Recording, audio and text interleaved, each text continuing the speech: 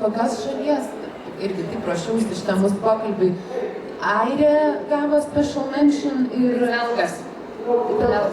Tai va, Belgo tas kūrinys, kur vienu sakiniu gedėjimo istorija parašyta, aš pagalvojau, kad gal iš tikrųjų labiausiai man ir išsiskyrė, nors ten turbūt paliečia ir istorinį kontekstą, bet iš principo toks tikrai kitoniškumas justi ir mane suėmė begalinis noras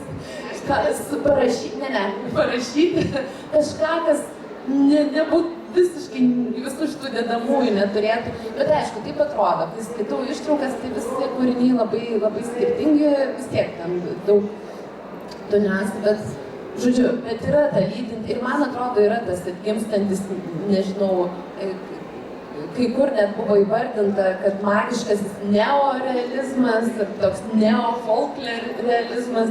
Man tai atrodo dar, bet iš mūsų čia Lietuvoje, ką Jurga Tumasonytė, Ieva Dumbrytė, tie mylimi kaulai, toks brutalus neoromantizmas, kur seniau buvo atsigręžta kaip su žemės. Palyginti su Dumbrytė. Taip, bet vis tik, tai va tuo mes nuo 19 amžiaus to atsigręžimo į mitologiją, kad reikia dabar tokių truputį bjaurukų tame. Tai va, o galiu perėti prie tų pačių dalyvių, truputį įspūdžiais pasidalinti. Tai mes atvažiavom labai skirtingą dėmesį gavęs, labai su skirtingu pripažinimu iš savo šalių, sakykime. Tai aš su mylimais kaulais tikrai buvau sulaukusi jau daug to skaitytojų dėmesio ir vis tik galvojau, kad didesnių šalių, kur yra didžiulės, tiesiog daug žmonių gyvena, tai mano tie tiražai nebus kažkas labai spūdingo. Ir buvo labai skirtingi. Pavyzdžiui, man labai patiko iš Bosnijos ir Hercegovinos autorės kūrinys, vadinasi Wolfman, man rodos angliškai, kur apie moterų žmogžudystės kalbama,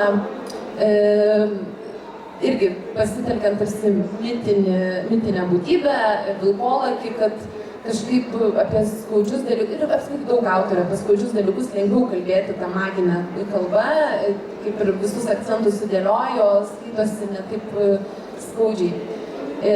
Tai jis sakė, kad tai apskritai ten jos, nežinau, tas tiražas nedidelis, niekas jos nežino, tai aš kalbu apie jos žodžius, kad gal čia kažkas ir pasikeis po to prizą, bet šiaip nebūtinai ir žodžiu. Ir buvo ispanas, David, kuris, aš dar nežinojau, kokie tiražai yra jo knygos apie civilinį karą, pilietinį karą Ispanijoje. Dabar pasitikrinau, kad David Uklės, man rodos, jis yra, tas romanas yra pasiekęs 200 000 egzempliorių tiražą per 2 metus. Bet net to nežinant, jisai ėjo įsikibęs savo leidėjai, ten raginti, nežinau, parankę. Ta prasme, jis turėjo tiesiog tokią fizinio palaikymo komandą, gal ir ispaniškas temperamentas dar savo, jis skriejo virš žemės, mano akimis atrodė taip. Ir man atrodė, kad irgi po visos sėkmės Ispanijoje, nes jis yra visur, jis visiška žvaigždė, kartu labai mielas, fainas, daug aktyvus socialiniuose tinkluose, aš jį sakau po šiai dienai, grojas ir dainu viską, bet jisai susižėręs ten visas premijas yra, bet atrodė, kad savaime suprantama, kad čia yra tiesiog jis atvyko gauti dar vienos premijas. Ir negavo net paminėjimo ir man rodos, jis nebepasirodė mūsų instruktavimo tame renginyje. Tai buvo labai įspūdinga matyti tuos ir jo leidėjos ten, irgi vis laik leidėjo, net kai mes tik autoriai šnekėdavom, aš šalies vis laik būdavo su palydinčiom tom savo fėjom palaikymo, kurios tais tiražais dalindavosi kiek jau išversta, bet beje, jos irgi buvo visai sužavėtos, kad mylimi kaulai gal 7000 tada buvo tiražas ir jos sakė, kad taip, tai pas mus irgi yra labai daug, tiesiog šį kartą mums užpuolė 100 000 su ta jų knyga. Buvo intravertiškesnių autorių ir aišku, kad kalba irgi labai svarbu ir tuos podcastus klausant, aš galvojau, kiek mūsų komisija turi suprasti ir įvertinti knygas, turėdami 40 puslapių išverstų į anglų kalbą. Tai yra labai religinis dalykas. Absoliučiai, va aš net šiaip iš savo patirties, Neringa, ir tu turbūt sutiksi, kad nuspręs, ką nors apie knygą. Bet čia turbūt, beje, dar aš nepaklausiu, kas rinko ištrauką, nes čia yra pamatinis dalykas parinkti ištrauką. Tu pati? Taip, aš rinkau, surankiau tarsi knygą iš gabaliukų, kad visumą tarsi pajustų. Paskui lyg ir gailėjausi, nes pasirodė, kad jie ir lyg ir nesuprato tas visumos. Bet mačiau, kad kiti autoriai irgi taip darė, net ir čia ištraukų. Taip, kad tarsi perbėgtų per knygą, nes toks ištinka jausmas, kad iš tiesų kaip papasakoti knygos istoriją, kurią jie vertina, nes vertina ne tik kalbą, o vertina ir istoriją, kaip jie papasakoti taip greitai. Tai toks, žodžiu, labai sąlygiai, žaidimas. Man atrodo, apskritai dažnai premijos yra žaidimas susiklošusių aplinkybių visuma, tai ir žiūrėjau, bet buvo tikrai labai įdomu pamatyti autorius, kas norėjo, beje, aš pasirinkau ten tą dainą, kaip man nesusijęs su tais Europos muzikos apdovanojimais, kiti nepasirinko, buvo susireikšminusi, buvo pirmūnų tarp mūsų, kurie ten visur stengiasi atliepti tų organizatorių prašymus. Ir jo, labai spalvingos asmenybės ir tikrai reta proga sutikti tiek daug autorių, tiesiog gurkšnojant vyną, vakarieniaujant, aptariant paskui jau ir nuo tokių mastelių, kaip ten tos šalies žvaigždė, iki tokių, kurie sako, kad tai niekam nerūpi pas mane šaly tas prizas, bet... Čia beje, aš norėjau replikuoti, kai tu šitą sakė apie Bosnę, kad čia turbūt tokia reakcija Lietuvoje vis dar yra, arba ten aš irgi perskaitydavau žinią, kad yra Radvilavičiūtė, ten gavo ES premiją. Aš tą žinią žinau, bet ir kas toliau, nes aš tarkim, žiūriu, man atrodo, kad Kotryna tavo knyga yra sėkmės atvejis, dėl to, kad bent jau šitos premijos puslapiai yra paskelbta, kad jau yra 5 bylai vertimų ar ne sutartis, bet kaip suprantu, realybė yra daugiau ir tikrai sėkmingi, nes aš žiūriu į ten, kas buvo laimėję, tai, taip, Giedra yra išversta į lenkų, į anglų, aš čia dabar bijau susilaukti, nes tikrai ne visus vertimus žinau, bet man atrodo, kad ta premija, tik yra formos, aš irgi peržiūrėjau, kad jie siekia tarsi, kad būtų tos knygos verčiamos, bet taip žiūrint, atrodo, kad nelabai. Tai man irgi labai įdomu, nes pasižiūrėjau, kaip sekėsi, pavyzdžiui, belgui, nes reikėtų pasakyti, kad komisijos, bent jau aš, kai dalyvau 2 kartus, negaliu pasakyti, kad yra kažkoks receptas, kuris lemia, kad laimės. Nes vieni pasirinkimai būna ir politiniai šiek tiek, yra tam tikros tendencijos matomos, o šiemet pasirinko ir tokius labai meniškai eksperimentinius kūrinius, kaip vieno sakinio romanas apie gedėjimą. Ir pažiūrėjau, kiek jis išsivertė, oficialiai yra 1, o jis yra gavęs special mention. Ir tokių pavyzdžių galbūt pasakyti, kad ir ta premija nuveikia darbus ir paskatina mes negalime. Ir tuo pačiu negalime sakyti, kad kaip lietuviai neturime vilties. Nes tiesą sakant, mūsų prozą, iš ko rinktis tikrai turime. Labai svarbus, man atrodo, pačių leidėjų indėlis ir darbas ir palaikymas, nes tas, pavyzdžiui, ispano pavyzdys rodo, kad tai palaikymas, meilė savo literatūrai, savo autoriams irgi labai svarbi, jį persideda, jį veikia ir jį galime. Tai irgi labai geras dalykas.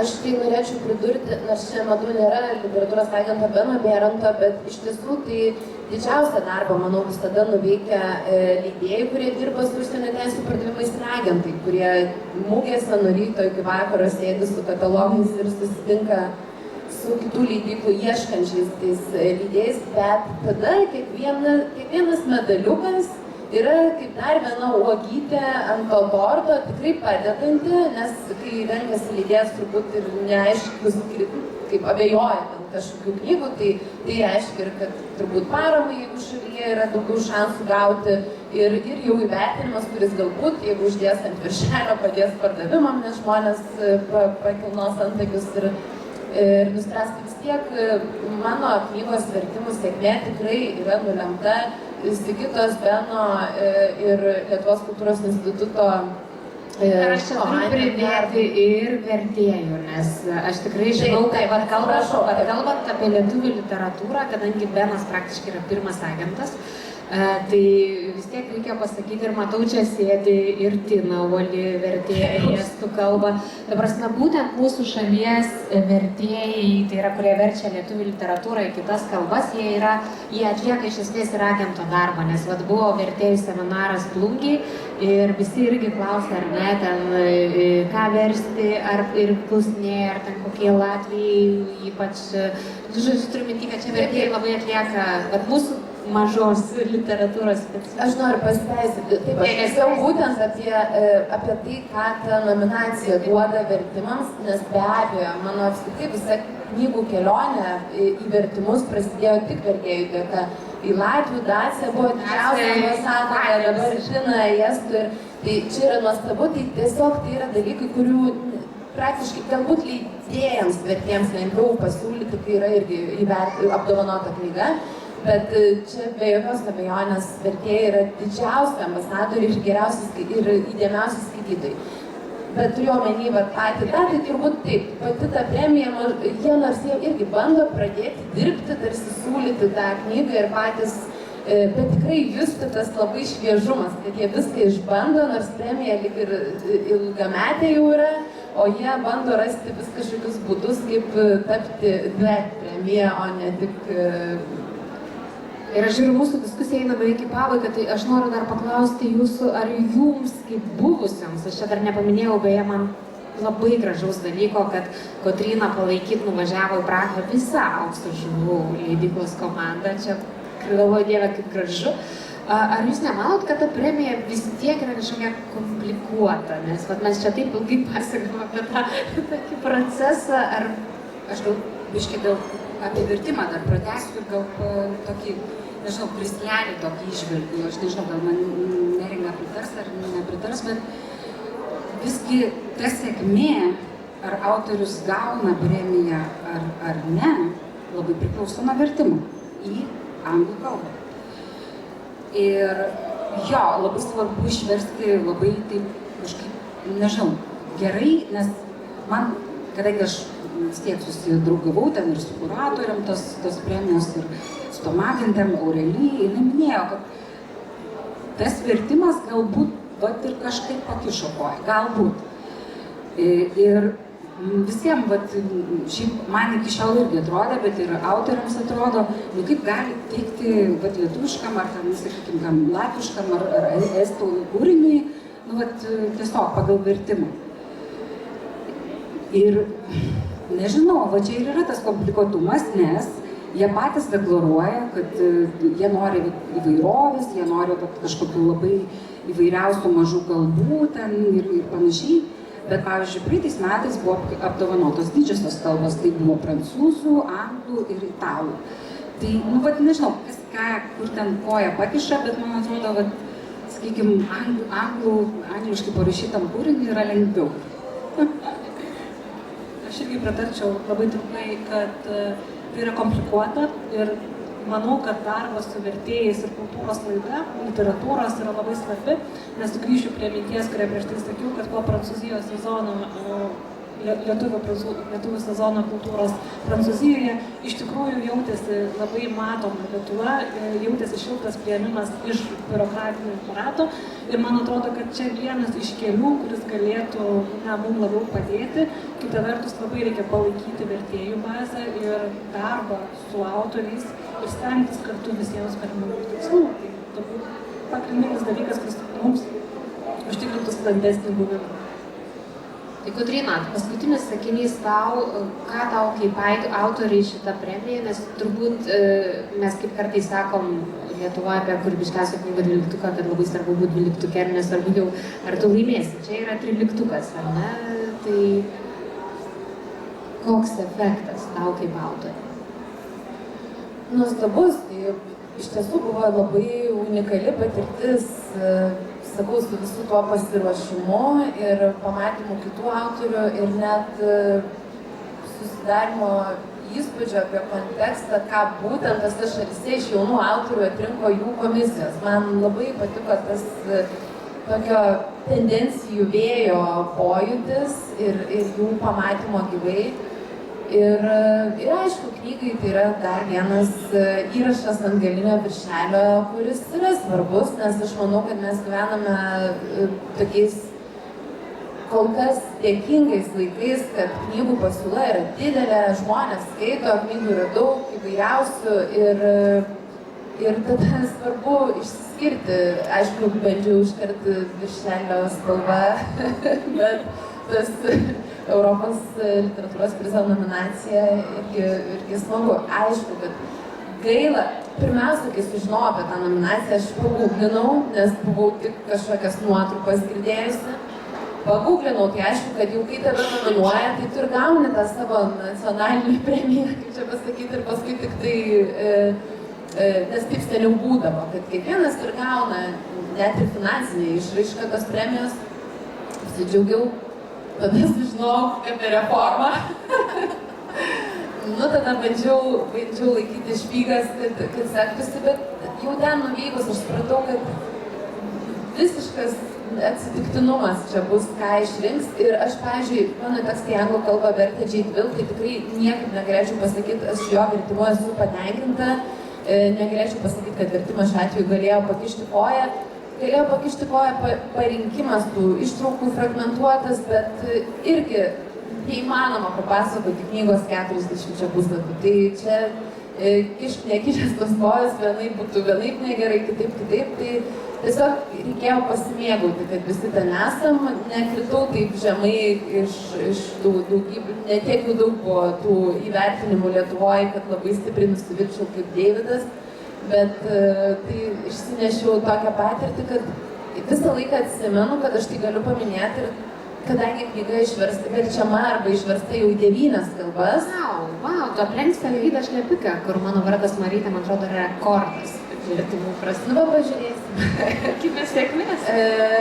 Ir kiekvienas sykį keliaujant į kitas šalis, aš matau, tai bus labai svarbus tiek kontaktų prasme, tiek galėjimo paminėti, tiek patirties tose šalyse, su tų šalių autoriais, leidėjais.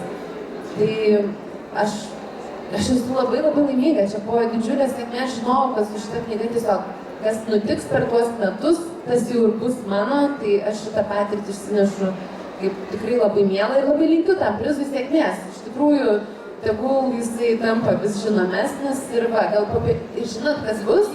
Išpopuliarėjęs jisai, o aš visada galėsiu sakyti, kad buvau nominuota. Dabar sakyčiau, kad buvau Nobeliui nominuota. Tai kažkada tai bus Europos Sąjungos prizui, kai visi žiūrės, taip laikas bėga ir susideda tie akcentai, tai aš laukiu tiesiog jų. Tai puiku, ačiū labai Kotrynai Zylei, Sigitai Pukienei, Neringai Butnoriūtei ir paskutinį žodį taria leidėja Sigita. Jeigu kam nors būtų įdomu, mes turime antologijų, gal norėtumėt pasiimti dovanų. Čia yra visų nominuotų ir laimėjusių autorių ištraukos originalo ir išverstos į anglų kalbą. Tai mes turim dėžutę, tai aš pasitrauksiu į šoną ir tada breikit, kas norėtumėt. Ir mylimų kaulų, kas norėtumėt, galite ateities žuvus. Jo, ateikit į mūsų stendą ir bus paskutinį klausimą, kelintas tiražas? 4. Dabar yra 9000 egzempliorių spausdinta knygos, tai tikrai labai džiaugiuosi ir ačiū